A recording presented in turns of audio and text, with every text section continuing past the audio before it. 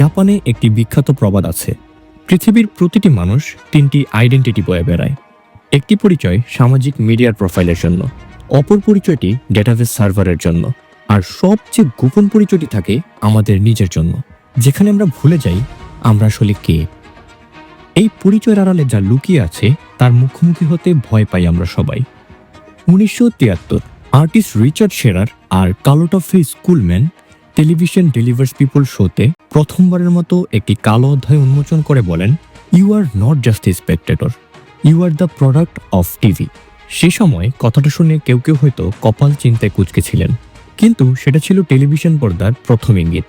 তারপর সময় বদলালো, টেলিভিশনের পর্দা ছেড়ে বেরিয়ে এলো ইন্টারনেট নামের অফুরন্ত মহাসাগর। আর 2010 সালে এক প্রোগ্রামার অ্যান্ড্রু লুইস সেই পুরনো সত্যটাকে আরও তীক্ষ্ণ, আরও মর্মান্তিক করে বলেন, if you don't pay for the product, you are the product. উক্তিটি টিম ওরাইলির একটি টুইটে ছড়িয়ে পড়ল গোটা বিশ্বে। তারপর 2012 সালে এটি ঠাঁই পেল fake it your online identity is worth gold বইয়ের পাতায়। কিন্তু সেটা শুধু একটি উক্তিই ছিল না, সেটা ছিল একটি ভবিষ্যৎবাণী। এখন 2026 সালে এসে ফেসবুক, ইনস্টাগ্রাম, টিকটক প্রতিটি প্ল্যাটফর্মের ডিএনএতে মিশে আছে অ্যান্ড্রু লুইসের সেই রক্তমাখা বাণী। আমাদের প্রতিটি লাইক, প্রতিটি স্ক্রোল, প্রতিটি সার্চ জমা হচ্ছে একটি $400 বিলিয়ন সাম্রাজ্যের তহবিলে। আমাদের মনোযোগ এখন বিশ্বের সবচেয়ে মূল্যবান সম্পদ, এই প্ল্যাটফর্মগুলোর কাছে যা সোনার খনির চেয়েও দামি। কিন্তু এখানেই আসে সবচেয়ে বড় প্রশ্ন, তাহলে আমরা কি সত্যি শুধু প্রোডাক্ট, নাকি আমরা তার চেয়েও বড় কিছু? আমরা কি এদের বিরুদ্ধে, নাকি আমরাই এদের সবচেয়ে উৎসাহী সহযোগী? ভাবুন তো, ফেসবুক, ইউটিউব কিংবা টিকটকে ঢোকার সময় কেউই টিকিট কাটে না, মাসিক চাঁদাও দেয় না। তাহলে এই বিলাসবহুল বিনামূল্যের বিশাল সাম্রাজ্য টিকে আছে কিসের উপর? উত্তরটা লুকিয়ে আছে একটি কথায়, যদি আপনি পণ্যটির মূল্য না দেন, তাহলে আপনি নিজেই সেই পণ্য। কিন্তু এখানেই আসে সবচেয়ে বড় ম্যানিপুলেশন। আমরা প্রোডাক্ট শব্দটা শুনলেই ভাবি আমরা যেন সুপারমার্কেটের একটি প্যাকেট ব্র্যান্ডের সাবান, কিন্তু না, বাস্তবতা তার চেয়েও বিভৎস। এটি শুধু একটি উক্তি নয়, এটি আজকের ডিজিটাল দুনিয়ার অস্তিত্বের দর্শন, which called attention economy. Carl Jung বলেছিলেন, আমাদের প্রত্যেকের ভেতরেই একটি শ্যাডো সেলফ থাকে। আধুনিক যুগে সেই শ্যাডো আর আমাদের মনের অন্ধকার কোণে লুকিয়ে নেই, সেটি এখন ডিজিটালাইজড। আমরা যখন স্ক্রল করি, আমাদের প্রতিটি বিরতি, প্রতিটি হাসি আর প্রতিটি রাগে পোস্ট করা স্ট্যাটাস, এগুলো মিলেই গড়ে ওঠে আমাদের ডিজিটাল শ্যাডো। এই ছায়াটি আমাদের চেয়েও আমাদেরকে বেশি চেনে।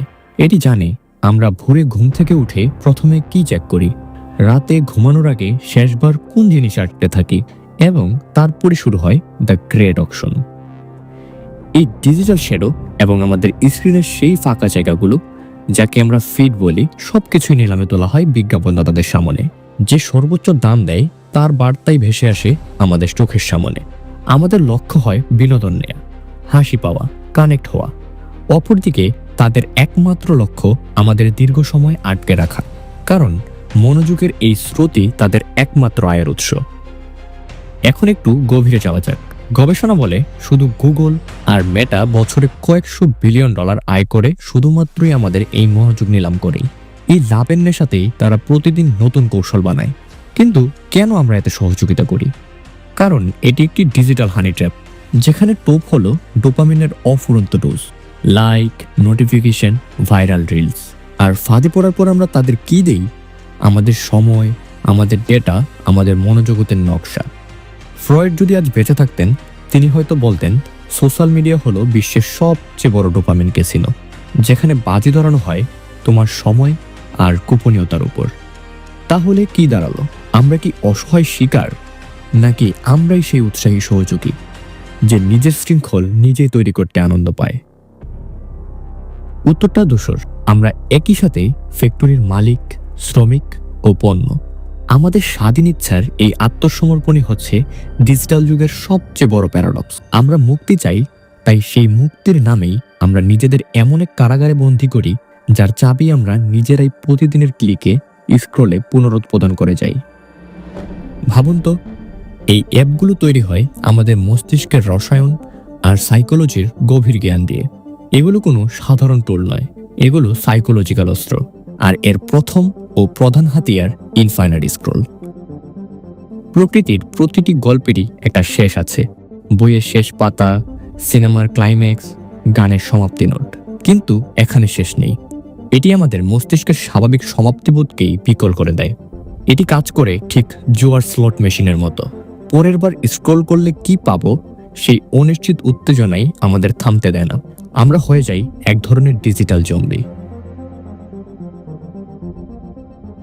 তারপর আসে সাইকোলজির সেই প্রাচীন খেলা, লাইক, কমেন্ট বা নোটিফিকেশন।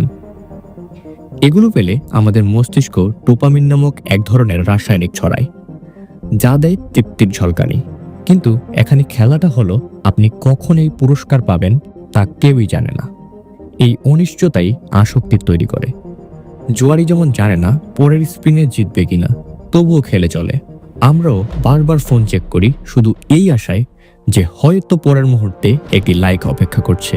স্নায়ুবিজ্ঞানীদের ভাষায় এই ছোট্ট ছোট্ট ডোপামিন হিট দীর্ঘমেয়াদী তৃপ্তি দেয় না, বরং এটি অনন্ত চক্রে আটকে দেয়। একটু আনন্দ, তারপর শূন্যতা, তারপর আবার সেই শূন্যতা পূরণের সন্ধান। এটা হলো এক ধরনের মেন্টাল হানি ট্র্যাপ, যেখানে টোপ হচ্ছে সামাজিক স্বীকৃতি আর ফাঁদে আটকে পড়ে যায় আমাদের মূল্যবান সময়। এরপর আসে তৃতীয় ধাপ, অটোপ্লে আর রেবিট হোল। একটি ভিডিও শেষ হতেই জিজ্ঞাসা ছাড়াই চালু হয় পরেরটি। এই পরেরটি বেছে নেয় অ্যালগোরিদম। এই অ্যাপের সেই অদৃশ্য সর্বজ্ঞ মস্তিষ্ক, যেটা আপনার গতবারের আচরণ দেখেই জানে আপনি পরবর্তীতে কি দেখতে চাইবেন। এটি আপনাকে টেনে নেয় একটি গভীর গর্তে, যেখান থেকে বের হওয়া ক্রমশই অসম্ভব মনে হয়।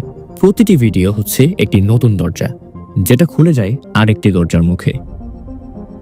সবশেষে সেই মহাকৌশল যা সবকিছুকেই শেকলে বাঁধে, ফোমো বা ফিয়ার অফ মিসিং আউট। আমরা সারাক্ষণ দেখি অন্যদের জীবনের ঝলমলে সম্পাদিত হাইলাইটেড রিল, কিন্তু খুব কমই দেখি তাদের নিস্তরঙ্গ, সাধারণ বা অন্ধকার মুহূর্তগুলো। আমাদের মস্তিষ্ক স্বভাবতই তুলনা করে নিজের জীবনকে এই নিখুঁত জীবনের সাথে। এই তুলনা তৈরি করে গভীর অসুখিতা আর পিছিয়ে পড়ার এক তীব্র অনুভূতি। এই ভয় যেন জীবন থেকে কিছু হারিয়ে যাচ্ছে। এই অনুভূতি আমাদের আবারও ঠেলে দেয় প্ল্যাটফর্মে, এভাবেই আটকে রাখে আমাদের এই চক্রে। তাহলে কি দাঁড়ালো? আমরা কি নিছক শিকার, যার মস্তিষ্কের রসায়নকে শত্রুপক্ষ ঠিকভাবে চিনে গিয়েছে, নাকি আমরা সেই ইচ্ছাকৃত সহযোগী যে নিজের ডোপামিনের নেশাকে সন্তুষ্ট করতে নিজের সময় ও মনোযোগকে নিলামে তুলে দিচ্ছি? Infinite scroll, variable rewards, autoplay বা ফমো, এই শব্দগুলো কোনো টেকনিক্যাল টার্ম নয়। এগুলো আমাদের যুগের সবচেয়ে শক্তিশালী সাইকোলজিক্যাল আক্রমণের রণকৌশল। আর আমাদের স্ক্রলিং ফিঙ্গার হচ্ছে সেই সর্বজ্ঞ সম্রাট, যে নিজের সাম্রাজ্যের পতন নিজের হাতে লিখে যাচ্ছে।